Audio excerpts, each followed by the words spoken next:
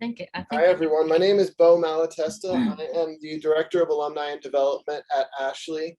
And Charlie and I, well, Charlie first and myself, we kind of came up with this idea for this event, and we're really excited about it. It's going to be a fantastic event. And this is a special little session with Charlie for those of you that have registered early. And just real quick, what I'm going to be doing. So I've worked at Ashley for 7 years. I am an alumnus of Ashley. I was a patient there in June of 2012, and I've remained sober ever since. And I was a college athlete, and my relationship with Charlie has inspired me slowly to get my fitness back. And one of the goals that I set for myself is running for 10 loops at Ashley to celebrate my 10 years of sobriety. So that'll be just over 22 miles in the 30 hours. I'm going to do one loop every 3 hours. And Ruby's clapping for me. And, I find that I work better when I have a goal in front of me. And another goal that I've given myself is I signed up for the New York City Marathon. So there's no stopping me now. Charlie and I, our relationship began because one of his Eco Challenge teammates is a former Navy SEAL from Wilmington, Delaware, and went to my high school. His name's Chris Haggerty, and he's friends with my brother. And I don't know if it's irony, but they were having a beer one night, and my brother was talking about my sobriety. And Chris Haggerty said, "We need to connect him with Charlie Engle. Charlie's sober and an incredible guy." And Charlie and I set up a call and talked for an hour and a half and really hit it off. And that was, almost 2 years ago now. And this is where we are. Charlie and I have become amazing friends, and he's Ashley's brand ambassador. And he's putting his body on the line and doing an incredible feat at Ashley next weekend. So Charlie, do you want to jump in now? I think that's all I got for this one. Yes, thank you, Bo. And I want to say you see me. I am texting. You can see the body posture as I text Chris Haggerty to ask if he's going to show up next weekend, because he did just have hip surgery. So Navy SEALs tend to be a little hard on their body. But thank you guys for being here this morning and for giving up a little bit of exercise and preparation time. Hopefully, I can make it worthwhile. I see some old friends. Sean, what's going on, man? So I'm not to put you on the spot, Sean, but you're gonna say something in just a minute. I have a question for you. So and Carol and Christian, of course, Dave, thank you guys for tuning in and for supporting me. There's an old saying that I took to, and I don't remember who said it. It was one of these brilliant marketing type people that talked about not needing, 1 million followers or 100,000 followers. You just need a couple hundred people that actually really believe in you and that will show up for you when you ask. And I've always used that philosophy with social media and with everything else. I don't look at numbers and try to get, a gazillion people who are just tangentially involved, motivated. I try to pay attention to the people who have supported me for years and who I know will continue to do so in the future. And I do want to start by thanking Bo first, but also everybody else on the Ashley team, because this is one of 3 or 4 pretty big events that they've had in the last few months. And after, well, I like to say the words after COVID, but we're not really after COVID, but after what we've all gone through with COVID, especially at Ashley the last couple of years, it's a big ask to host something like this. So you know what, we're gonna make this shorter. I'm hoping this will be about 30 minutes. It depends on questions and whatever, but I want to take a couple of minutes and pump you guys up a little bit. So I've been doing this since about my 15-year sober anniversary. Previous to that, I always went out for a run on my sober birthday, but I didn't necessarily equate it to any particular number. I just knew that was a day that I wanted to take for myself and honor my sobriety by doing something physical that made me happy. I mean, it was really no more complicated than that. And at 15, for whatever reason, I decided that I was going to run 15 hours. And here we are, twice that 15 years later. And I haven't missed a year. And most of that's been on my own. I don't need to typically, if it weren't for raising some money for Ashley, I'd just do this in my own little way. And a few people would know about it because sobriety it's something to share with others, but it's also highly personal. I will say that my younger son, who's 27, about a week ago, and those of you who are coming to this event in person will meet both of my kids will be there. My kids, they're not kids, they're 27 and 30 years old, so they're men, but they'll both be there next weekend. But my youngest said to me, so let me get this straight. By the way, I'll be 60 in September this year. So he's like, so when you turn 70, assuming you're still sober, like you're going to do 40 hours? And I'm like, all I got to say is, dude, you better start practicing like your wheelchair pushing, because I guarantee you I'm going to do something for 40 hours. But I might be riding around in a circle with him pushing me. But this is something that I will continue to do until I can't. And it's hard for me to imagine a time that I won't be able to do something, because this is about movement. It's not about running, and it's about cycling. It's about kayaking. It's about yoga. It's about anything that I can do. So it may be that the day comes where it's not going to happen that I could walk or run for 30 or 40 hours, but I will do something.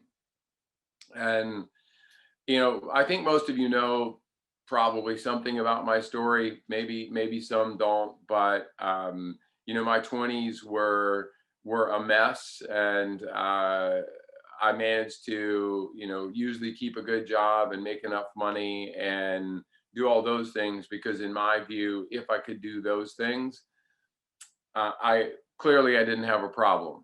And as a heavy drinker and drug user, I felt like I was entitled to blow off some steam because I was working so hard on the other side. And I'm about the billionth person to feel that way. Probably those of you who are sober on this call relate entirely. So like my goal was to look good on one side so that I could keep doing what I wanted to do on the other. And of course that eventually fell apart. I was very lucky that I got to go to a treatment center when I was about 26 out in California. I got a scholarship to it because I couldn't afford it and I didn't have any insurance. Back then, pricing was a little bit different. This place was, several $1,000s, but it wasn't kind of what things are today. But if someone else hadn't stepped up to pay for that for me, I couldn't have gone. And I think the most important part of that piece of the story, of my story, is I did it. I went through treatment, and I still had that addictive nature and behavior. So like I wanted to get through my 12 steps with the sponsor like as fast as I could, and I wanted to be I wanted to be the best guy in class, the best sober guy in class. And of course, that's not the point. But I didn't know that at 26 years old. And I stayed sober for about 6 months. And I relapsed for, a couple of years. My father, who was, very much in my life at that point, basically told me that, I'd wasted that money that somebody put up for me, and all the not very nice things that could be said to someone who's struggling with addiction. And he was wrong. And the point of telling you all of this is that 30 days in treatment saved my life. It didn't save it for a couple of years though. Before I went to treatment that time, I would regularly sit around going, how do I get out of this? Like, what do I do? I don't know what to do. I don't know how to do this. Well, after I went to treatment, I did know. And it took me a little while to use that knowledge to actually help myself and allow others to help me. But, you know, when you're telling your story and you're trying to raise money out there for Ashley, you know, these scholarships that we're trying to fund, it's a huge deal. Because in particular, if it's somebody out there who can't afford treatment, you know, that's a person we really need to focus on. Because if somebody has insurance and they want to get help, there's gonna, if it's not Ashley, there's gonna be somewhere that they can go and they can get help, and that at least helps them on their journey. But there's about 90% of the people out there who need help who don't get help. You know, some of it's on them because they don't ask for help, but a lot of it is because it's just not available. Okay, so that's a little bit about why we're doing this and the importance of it. And I want to tell just one more brief story, and we'll get on to like nuts and bolts about next weekend. But some of you who follow me like on social saw a post a couple of weeks ago. My cousin, my closest cousin in the world, born 8 days before me, passed away a couple of weeks ago, and very, very fast. Like she got a cancer diagnosis, a very serious cancer, and 3 weeks later she passed. I mean, she basically went from diagnosis to hospice, to dying. But 18 years ago, just a little less than 18 years ago, she reached out to me, and I was 11 or 12 years sober at that time. And she reached out and she said, you know, I'm drinking too much. I'm destroying my life. I've seen what you've been doing, and I want that. And it was a great example of, because I talked to her regularly before then, but you can't push somebody else into sobriety until they're ready to find their own way. And, you know, I got the opportunity at that time to help her. And that help was nothing more than just being that person to support her and say, don't be afraid. This is a great path if you give it a chance. And she died sober, you know, and just before her 18th birthday. And I'm telling you guys this because I ordered a really special, cool coin for her, that I'm going to be carrying with me, you know, throughout the 30 hours next weekend. And, you know, and I'm going to be reminded that she got a chance to die sober. Her death is tragic. It's awful. People die from cancer, which is terrible every single day. Everybody on here knows somebody who, you know, who hasn't survived cancer. I mean, it's part of the world we live in. But she got the chance to do it on her own terms. She made a lot of decisions, mended a few fences in the last few weeks, and she got a chance to really kind of go out on her own terms, even if it wasn't at the time that she wanted to. And I just wanted to share that because that's what it's about. You know, I don't know when my time will be up, but I'm going to keep moving my body and trying to represent, without shame, without stigma, without anything. I mean, anybody who's ever sat next to me on an airplane for 5 minutes actually knows that I'm sober. because I basically lead with that everywhere I go. And I think that what we're going to do next weekend together is going to be a struggle. Those of you who are coming out for the whole 30 hours with me, you're not under any illusion that it's going to be easy, and neither am I. And if it was, what would be the point? You know, I'm not saying I want to suffer per se, but I want to honor these 30 years by moving my body for 30 hours. And for many of you, maybe there'll be a different number, like Bo is 10 and whatever it is. But my suspicion is he will end up going farther than that over the course of the 30 hours. But, you know, this is a big deal. We're still struggling very much these days, as we all know, with addiction, and the opportunity to get to and find recovery in the United States and around the world. And Ashley is one of the good guys, and I'm very I'm honored to actually get a chance to run around in a circle around Ashley's campus next weekend. And let me just tell you guys, lest you think that, oh, well, Charlie, I mean, he's done this stuff forever. He knows what he's doing. Again, if you followed me, you know this has been a hard year for me. Also, my wife's been sick. I have trained almost zero, and I'm not actually kidding. So I am not, and this is not going to be peak physical condition where I'm going to go out there and just crush it. This is going to be, as I like to say, 90% of this will be mental, and the other 10% will be in my head. Yes, that's a joke. And you know, the commitment to just keep moving. You will not see me sprinting off the start line at the beginning of the 30 hours. This will be slow and measured, and I will walk a lot and do a lot of running and walking and running and walking, and just the commitment to move my body. So, you know, for those coming out for the whole time, that's what I'm going to do. It's important to know that this will not be I will be encouraging everyone to do their own thing. So there's a few runners coming out.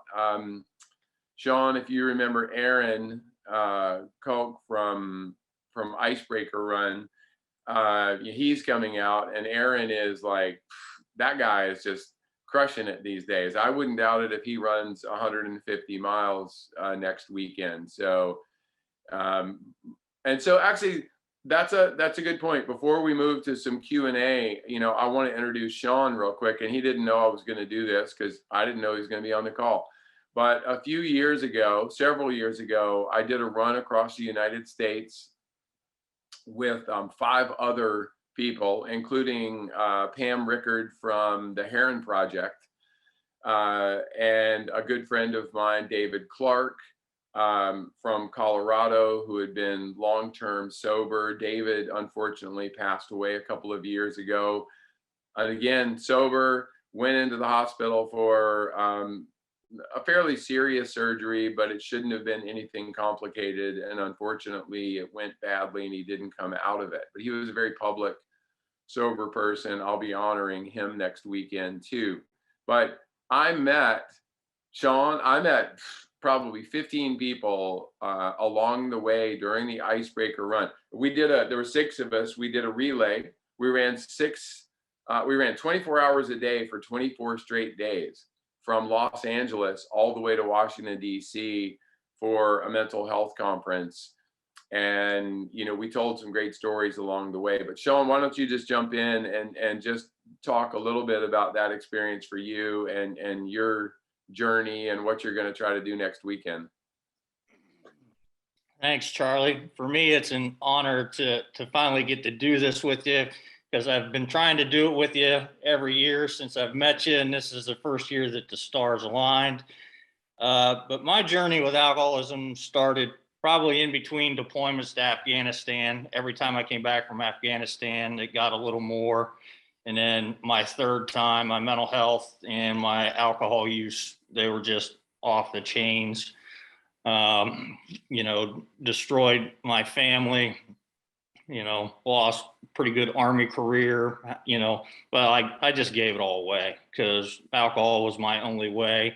I grew up in a big boys don't cry. If you want something to cry about, I'll give you something to cry about house. We don't talk about feelings. And then being an Army Ranger, you know, we don't talk about feelings there either.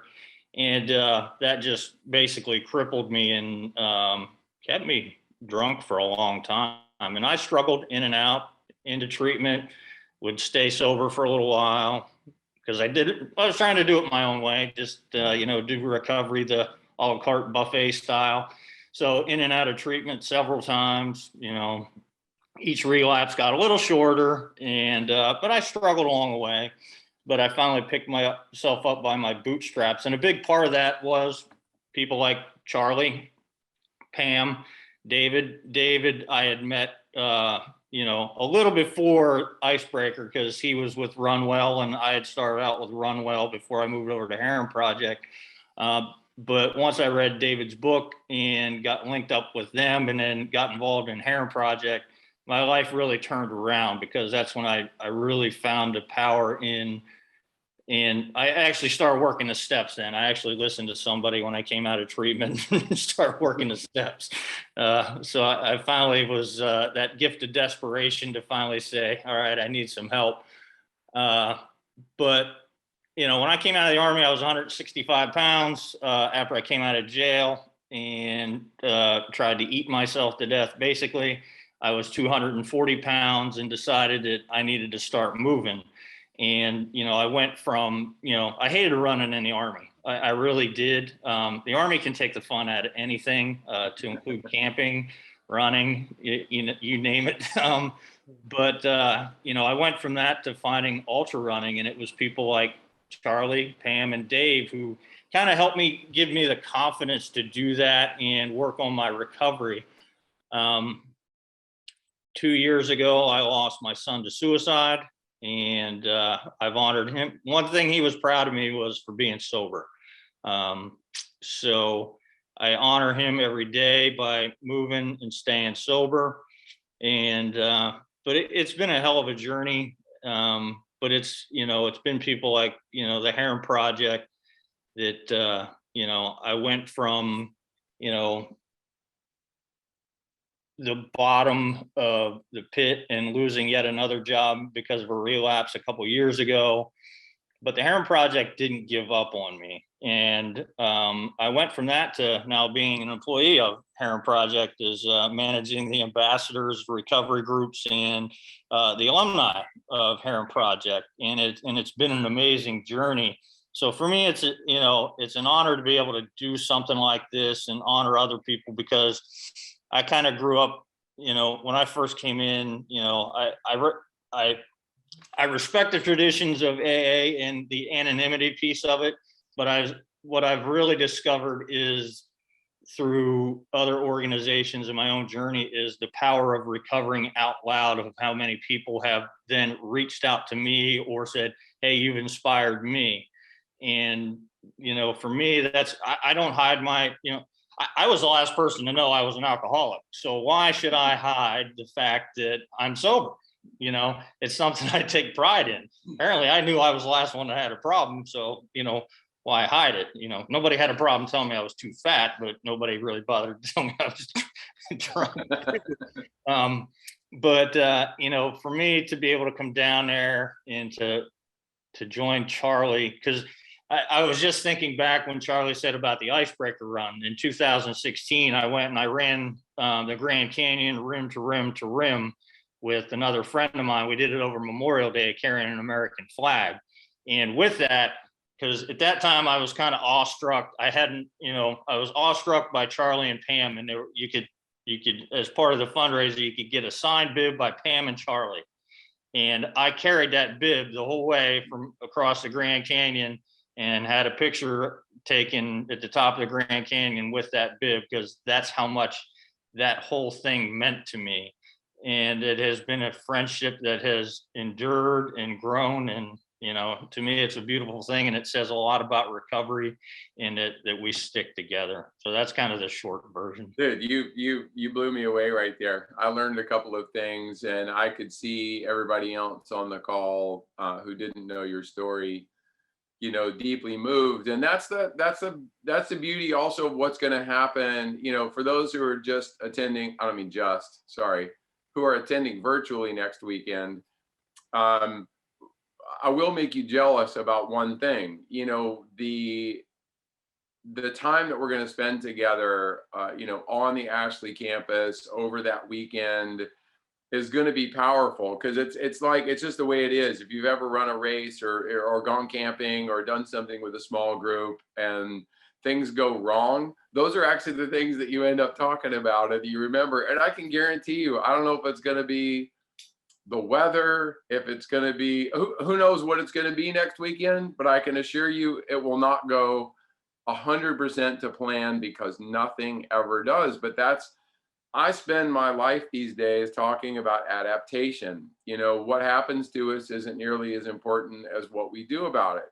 And that is always the case. So what I do know is that whatever happens next weekend, we will make the best of it. We will adapt and overcome, and we will find fellowship love and camaraderie, sweating together on a small little circle around Ashley campus next weekend. And, I'm grateful for all of you, and hopefully a lot of people get to see this later this week who are planning to come, so they can be, inspired by people like Sean, because it's a big deal. I watched John down there nodding his head, and I can already tell like Sean's going to end up on John's podcast or something. So, I could read I think your it's a mind. damn good possibility.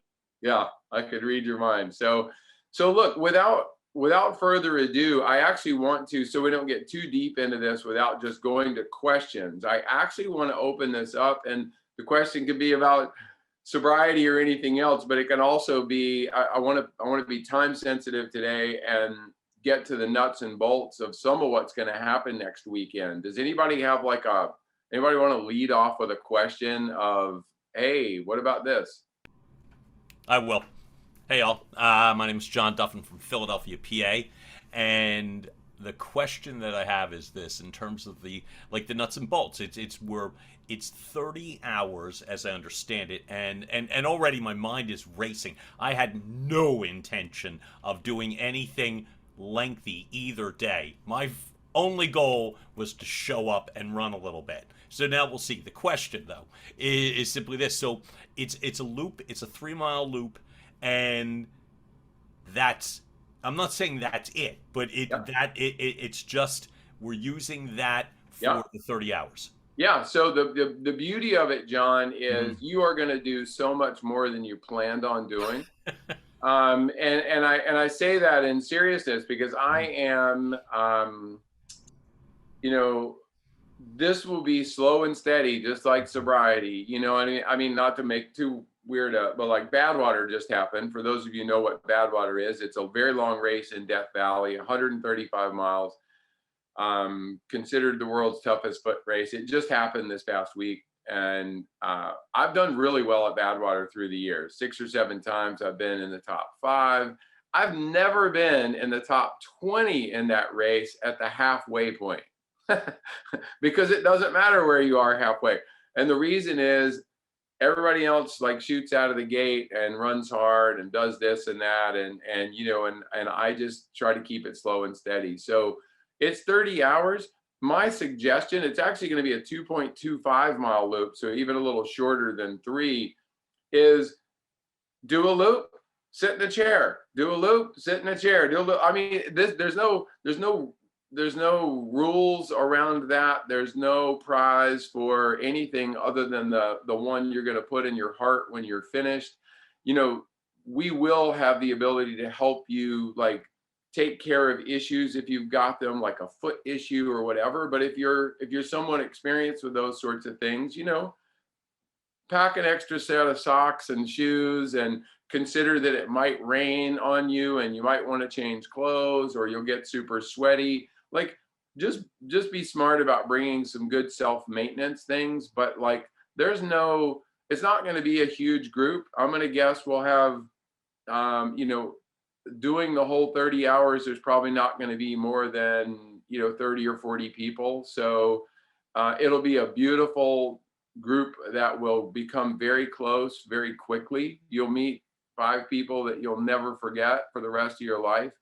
And seriously, it will be both my sons are going to be there. I can assure, my younger son's a really good runner.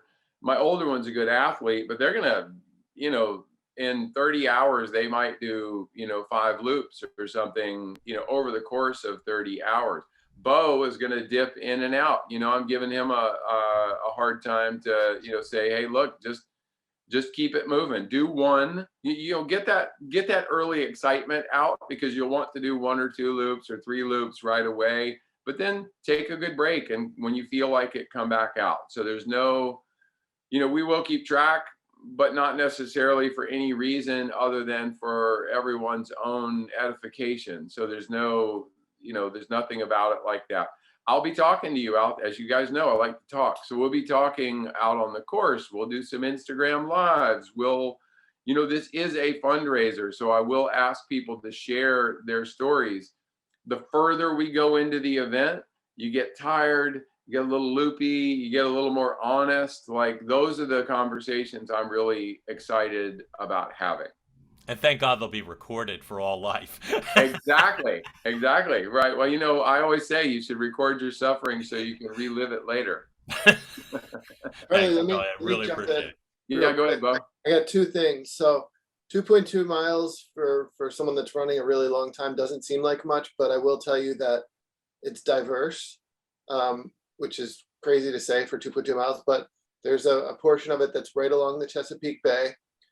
There's a portion of it that's like a little road in a cornfield. And then there's a portion of it that's through the woods, actually, old golf course cart paths.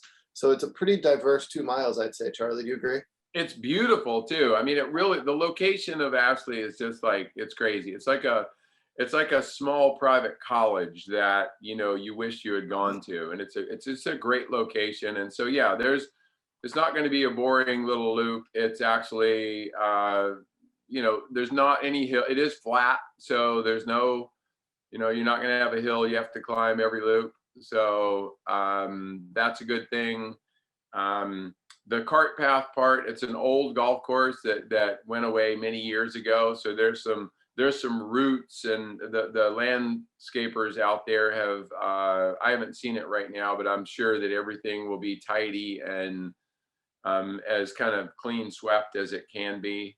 And we have alternate plans, we'll do some, I mean, look, it's a time of year where you get thunderstorms and things like that. So we have everything from safety plans to alternate plans if we need to avoid going through the trees or whatever. But I mean, we're gonna make this work, and we're gonna move our bodies for 30 hours, and you're gonna be amazed by the beauty of the place. Yeah.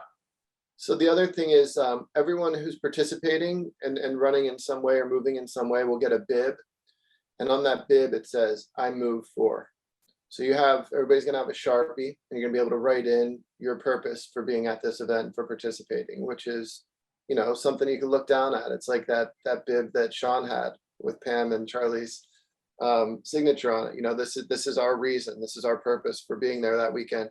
And then the other thing that I wanted to say is, if you're gonna run some, we also are gonna have 3 yoga classes during the windows that the campus is open to the public. So if you want to run a loop, go do a 30-minute yoga class. We've got some awesome instructors. There's going to be that. There's going to be live music. So run a loop, sit down, catch a couple songs. There's going to be some interviews. Just really cool stuff happening throughout the weekend. So I'm nervous. I'm excited, and this has done its job for me. I can't wait to meet you, Sean and John and David. Like this is going to be great. Yeah, no, it's well said, Bo, and everyone who wants to should come. You'll get a chance to probably talk to someone who will do a little filming out there if you choose to, and tell a little bit of your own story or the story of someone that you know and love. And unfortunately, probably everyone on this call has lost someone in their life to addiction, or knows of someone who didn't make it. And look, I'm a very positive person. I think most of you know that. And I like to focus on the possibilities, not necessarily the negatives. But in this world we occupy right now, it's important to remind people of the struggles and then get on with what we're doing about it. And this is going to be a very positive, upbeat event where we will acknowledge the struggle, and we will then embark on a struggle, because I can assure you that 5, 10, 15 hours into this thing, I will be in here in my head, I will be asking the same question I always ask: why did I think this was a good idea? It never changes. But the point is, that's the whole reason for me to do it. I want to get to that place where I actually can't go any further, and then try to get myself to go further. That is kind of the point. We in life, I don't think we remember the easy parts, but we sure do imprint on the struggles. And I think that it's really important to put yourself in physical distress for sure once in a while, and we'll make sure you're taken care of. You know, there's people out there that won't be running and will be looking after us. Okay, so on that note, well, first let me see, does anybody want to jump in and ask another question, a nuts and bolts question, and then I might talk about a few nuts and bolts. I don't have a nuts and bolts question, but Charlie, just because you're Mr. Positivity, and I'm going to go back to your sons talking about what you're going to do when you're 70, and because you brought up Badwater, if Bob Becker can run for 48 hours and 17 minutes, you can easily do it too. So I wish I could show that video right now for those of you who maybe we'll find a way to share it via email before next Saturday, because Badwater did just happen Monday and Tuesday of this past week, the one we just passed, and 77-year-old Bob Becker, who is a very well-known runner and race director in the ultra world. He's the race director for a race called the Keys 100 down in the Florida Keys, and some other events.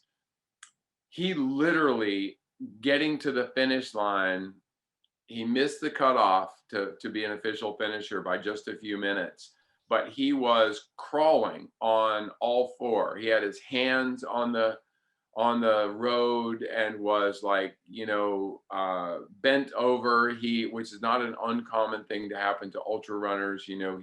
His back locked up on him, and you've never seen anybody go. We've all seen those videos of Ironmans and people crawling. This was more inspirational than anything I've ever seen, and I think it's a good idea to send that out. So Sean, thanks for reminding.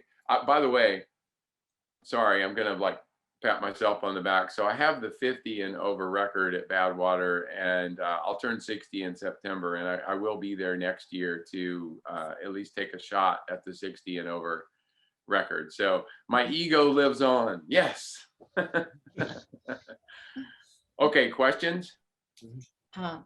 Well, mine is really nuts and bolts. One, we signed up for virtual because we were going to bike, but we are thinking about coming up. We're in North Carolina, so it's a ways. So what happens like at the gate, or how do and Bo, that might be a question for you or Kayla, because I signed up for virtual, not in person. And then the other question is, restrooms, will we have access to our car, that kind of thing for a change of clothes? Well, first, where are you in North Carolina? We're in Charlotte. Okay, I'm in Durham. So. Oh, well. Yeah. Yeah. So I was born in the massive town of Albemarle. Oh yeah. Time ago, so. My brother works in Albemarle. Yeah, there you go, Stanley County Hospital. So I've always said that I'm the second most famous person from there. Do you know who the most famous one is? I do not. Kelly Pickler. Oh God.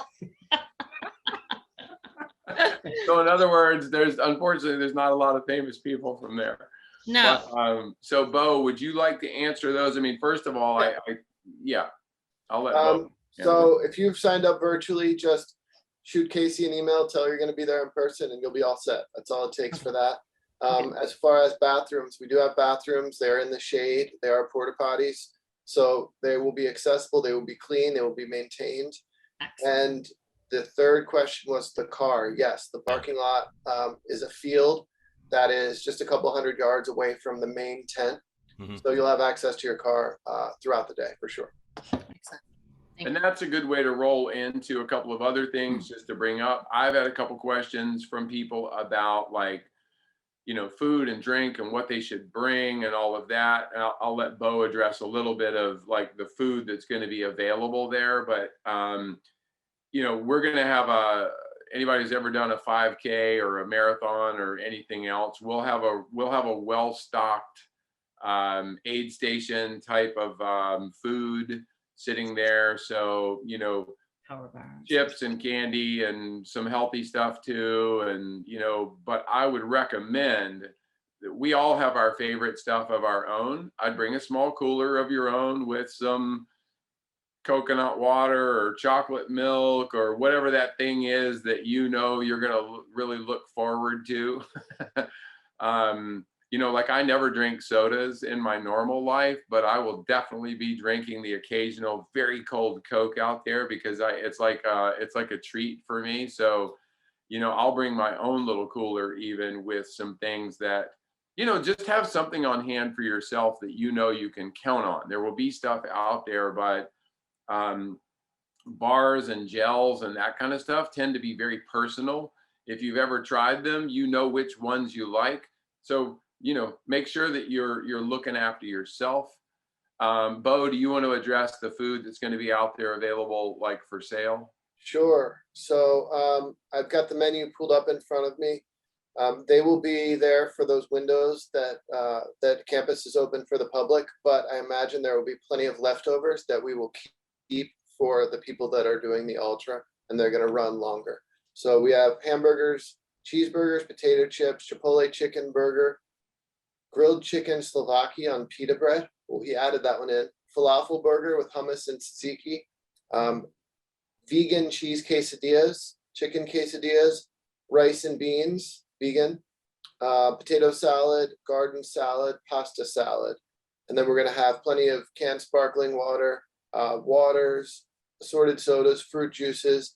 I just ordered 350 La Colombe canned cold brew coffees and oat milk lattes. So there's going to be plenty of that stuff available. And we are also going to have a separate area for the runners, which will have bananas, bars. We're going to do our best to curate that selection, and Charlie's going to help us with that. So that's what the food looks like. We've got 1,200 pounds of ice in coolers that are going to be able to hold it for 3 days. So we got ice to fill up your own personal cooler. We have cooling stations. Trying to think of everything here. We've got tents. The tent we got is huge. There's going to be plenty of room for people to spend some time, stretch, hang out in that tent as well. And Bo, to be clear though, those like burger, vegan items and all of that, those are for sale. Well, everybody who's participating in the ultra is going to have access to that food, at least one meal free of cost, and then supplemental stuff you'll pay for. Yes. Okay.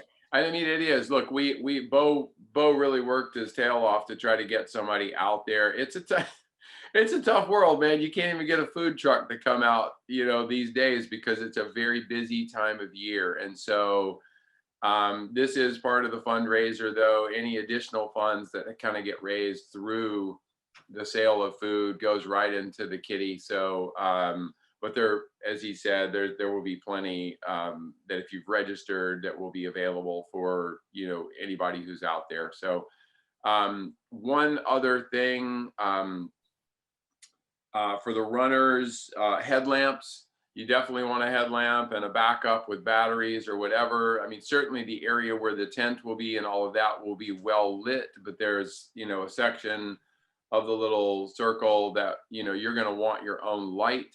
I personally, I use a headlamp, but I actually like a little handheld light, just a small one, because it's, this is ultra running tip for free here.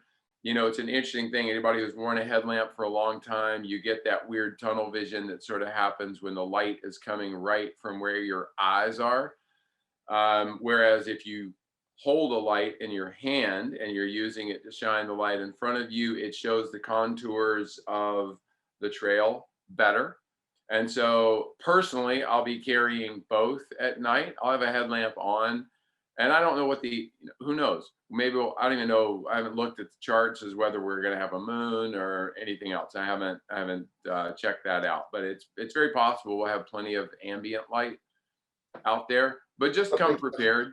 So we are going to be doing little LED lights every 20. We're going to walk the trail and have it. If there's a curve, we're going to have a couple extras. If there's a straightaway, we're going to have it within sight. And then we have a couple hundred glow sticks that we're going to be dropping along the course as well. So it's going to be a pretty well lit course, but I like the idea of a personal light too. Yeah, bring it anyway. And if you get lost on this course, you're actually not allowed to come back the next year. So we'll send out a crew to find you. But yeah, John. That happened to me in Wilmington, Delaware, on a street. But I digress. It was brought up before, and Casey's been great in regards to getting information back and forth to me. But the actual coming and going, like for instance, I mean, where I'm staying at a hotel, I in my mind I am still thinking I will be at that hotel at certain points. So coming and going with my car, right? That Right. is right there, no issue, right? No issue at all. Nope. Okay, cool. Yeah, the plan for that, and Bo, you and I touched on this, is that we're going to have bands for everybody, and they'll be color coordinated. Mhm. So if you're somebody who is coming in, paid to be there as an ultra, you'll have a specific colored band, and I recommend keeping that on you for Sure. the full 2 days. That way, it's really easy to get you guys in and out without having to repeat any of that process at all. And FYI, the new moon is on the 28th. We have a limited moon that next weekend. So Okay. it'll be fun. Yeah, no, that's cool. Great. Well, hopefully we just don't get rained on too hard. Dave, question? I did have one other question. I'm Dave from New York, inspired by all your journeys. So thank you very much, Charlie. How did you get here, Dave? I'm sorry? How did you get sucked into this? I've just been inspired by your story, Charlie. I was on your email group for years and saw this, and it's like, you know what? I'm coming down. I've been recovering for 7 years, and your stories inspired me during this time. Thank you. I look forward to meeting everyone. The question just maybe it's about this week in preparation from a nutrition standpoint. Maybe the tips are the same as if you're running a marathon or whatever. For a more endurance type of run, any tips on how to prep for that? Dude, thank you for asking, because I'm gonna start with hydration. And I look, I know everybody thinks they know how to hydrate, but you don't. Just put it that way. So really start focusing today on hydration, not Thursday or Friday before the event starts. Start focusing on it today. And hopefully you know what works for you, but use a combination of, I have a little electrolyte drink that I use. I'll make sure also that we have some extra like salt tablets and stuff out there, but you can even go to CVS if you don't have an electrolyte tablet that you like. I think most of the folks on here, have done some cycling and running and so forth, and you should definitely come prepared, because I don't care if you just walk, one loop every hour or whatever it is, you're going to sweat like crazy, and that's the biggest danger. So I'll tell a brief story. Hydration.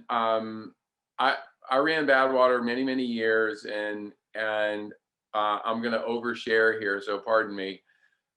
I never ever managed to pee before the 50-mile mark at Badwater. I mean, the first 6 times I did that race, and I just accepted that as like it's the driest, hottest place of the year, and the race is in July.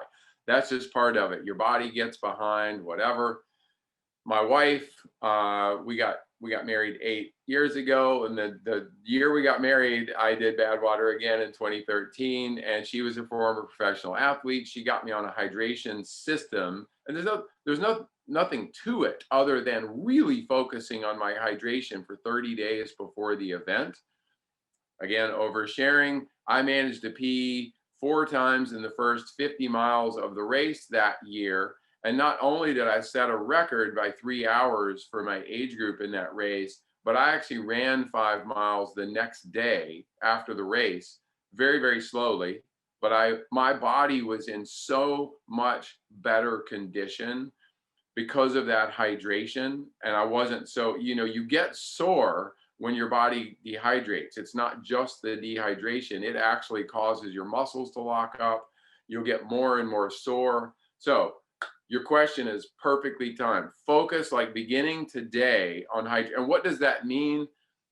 Look, you can vary what you're drinking. I mean, obviously stay away from sugary drinks and stuff, but like, Gatorade's also not great. Sorry, they used to be a sponsor of mine, but like you're much better off with something that doesn't have high fructose corn syrup. I love coconut water personally. So I will actually come to the event with a cooler that has vegan chocolate milk, coconut water, an electrolyte hydration liquid system, probably powder actually. I'll bring some salt tabs with me, but this week, hydrate.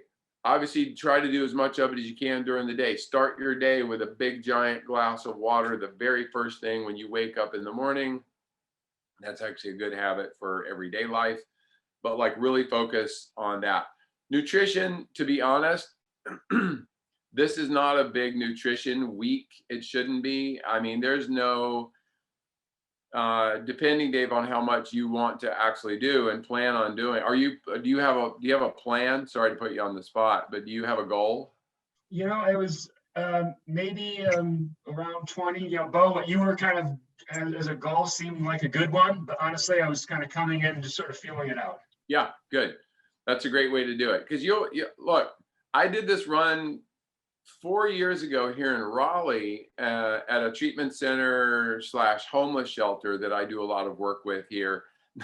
There was a guy who was actually in treatment in this place. He was from Honduras, and he literally came out and he ran 100 miles with me. He came out to run one loop, and he ended up like, he just never left. And the guy was obviously an incredibly talented, like, he found a hidden talent, and he's now gone on these next few years and really crushed it in the local running scene. But he didn't even know he could do it. But, coming out with just the idea that you're going to keep moving, you're going to play it by ear, see how you feel, sit in a chair every other loop, whatever is the right way to go. So nutritionally, I also am, this is another just tip, I'm gluten-free 99% of the time, not because I have an allergy, but because full gluten pasta, lots of bread, that kind of stuff causes an inflammatory response, in your body. So you can go do the big carbo load, the night before the race or the event, whatever it is, and the next day you're going to wake up and your knees are going to hurt because you've just crammed all this gluten into your body and your body's trying to process it. So I don't do anything like out of the ordinary for this kind of event. This isn't a peak, you're not training to try to break a personal record in the marathon, so you're not trying for a peak event. You're trying for steady, steady moving forward. I recommend during the event, if you're out there steadily, a couple 100 calories per hour in general while you're out there is a good rule of thumb. The hydration is, you could actually, and I'm not kidding you, there is nobody on this call who couldn't go the entire 30 hours without eating. And I mean that. Our bodies, we store so much glycogen. I mean, we're able to, pull that stuff up. I'm not suggesting you do that, but the point is, hydration is the most important thing. Hydration is the second most important thing, and it's the third most important thing. And if anything, make sure you're trying to get some good sleep this week. Certainly don't do any training after Wednesday. You can go out for a nice walk or an easy bike ride for sure. Do you know your own body? But, even at this point, personally, I am tomorrow going to go out for one more long thing, but I've been doing this for a long time. I know what my body needs. And, so my goal tomorrow will be to be on my feet for most of the day, but there will be more than 50% of that will just be walking. Anyone else want to jump in? We're definitely going to quit in 5 minutes. So who else has a question? Go. Unmute. Can you review the hours for the public and when the event starts? Because I kind of like to be there for the event Yes. start. Saturday at 9:30, the gates are going to open up. Okay. Figuratively. And at 10:30 is when Charlie's going to start his run. So from 10 to 10:30, we're going to do an intro, talk a little bit about the event, talk a little about Ashley, Charlie, I don't know if you want to add to what that's going to look like from 10 to 10:30. Do you have anything in mind? Well, we're going to do some live stuff. I'm talking to Deepak Chopra live for a few minutes just after 10 o'clock. We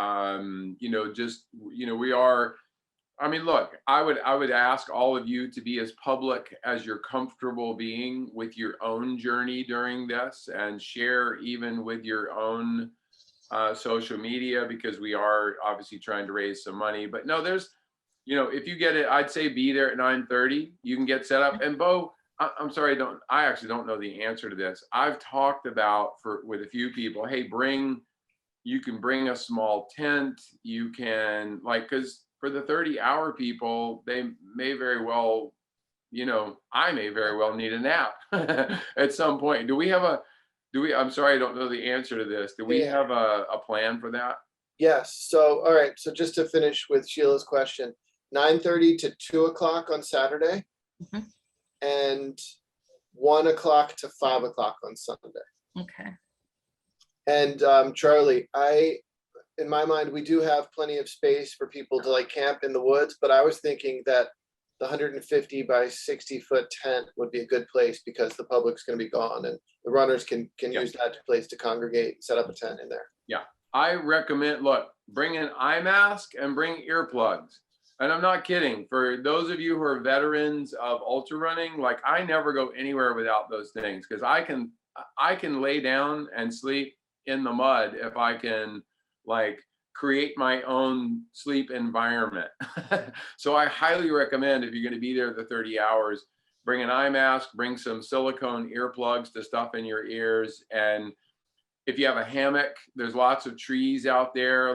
I may even bring my own hammock. So if I need a break for 20 minutes, I can go just take a quick nap in a hammock. But come prepared. There's plenty of space out there. We're not going to have a massive crowd. So, pretend you're coming to a music festival for the day, and you kind of want to set yourself up with a little bit of, comfort. So obviously bring a couple of chairs.